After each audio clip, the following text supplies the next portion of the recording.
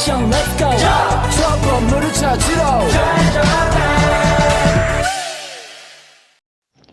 Uraikan latar belakang penerapan kebijakan politik etis di Nusantara Indonesia. Latar belakang politik etnis, pemikiran baru tentang politik etis berasal dari kaum sosialitis liberasi yang prihatin terhadap kondisi sosial ekonomi kaum pribumi. Iniader pada 1863 sistem tanam paksa dihapus dan Belanda menerapkan sistem ekonomi liberal sehingga modal-modal swasta masuk Nusantara. Jelaskan tujuan dan tokoh politik etis.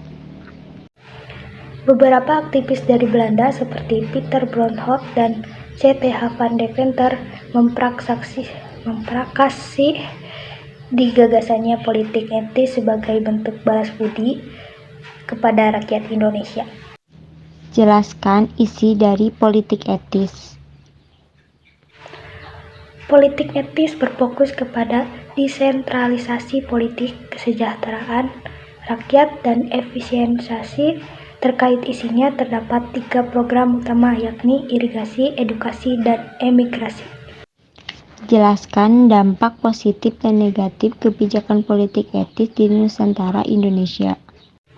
Untuk dampak positif, ada program edukasi yang diberikan dalam politik etis melahirkan kaum terpelajar dari kalangan pribumi.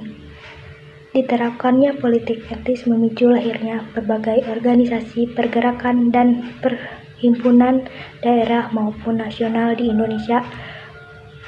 Beberapa di antaranya adalah Budi Utomo, Sukrat Islam, dan lain-lain.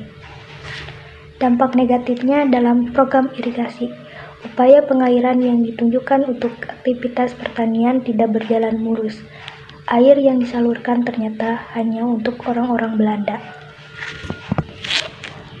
Dalam program edukasi, dampak negatifnya adalah program edukasi awalnya ditunjukkan untuk semua golongan, pada kenyataannya didomisili oleh orang-orang kaya atau kalangan bangsawan saja, sehingga terjadi diskriminasi dalam hal pendidikan.